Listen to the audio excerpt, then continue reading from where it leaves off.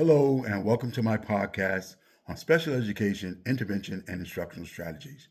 My name is Mr. Eric. I have lots of experience.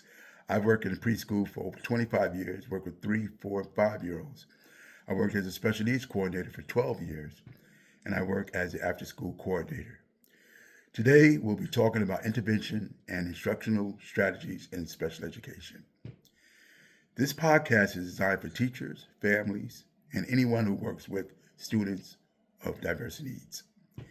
These strategies are important because every child learns differently, and we want all students to feel included, supported, and successful. Why does this matter? Intervention and instructional strategies matter because they help level the playing field. Without them, students feel students with exceptional needs can feel left out or may struggle to keep up, or with the right support in place, they can build confidence, stay engaged, and reach their potential. We're going to look at 3 examples of strategies that make a difference. The first one, differentiated instruction. This means teaching the same lesson in more than one way.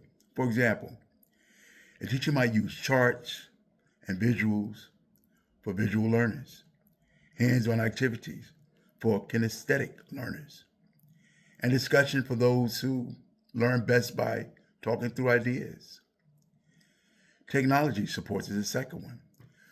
Tools like text-to-speech programs, audiobooks, and interactive apps allow students with reading or writing challenges to fully participate in lessons. Technology gives students independence and makes learning more accessible and fun. And the third and final one, which is my favorite, personally my favorite, is in smaller groups, teachers can give students more personalized attention. This helps students practice skills at their own pace and gives them safe space to ask questions. Also, with smaller groups, it allows me to fully review the IEP, the Individual Education Program, and see where goals need to be met. And I like to support those goals by individualizing activities, making it very fun and creative, even for home for parents to be engaged. I give them individualized activities to help them support their child's goals. And it's really fun when you create individualized activities because you're making a personal difference and connection with that child. So it's a lot of fun when you include small group instruction. That's why it's one of my favorites. Yeah.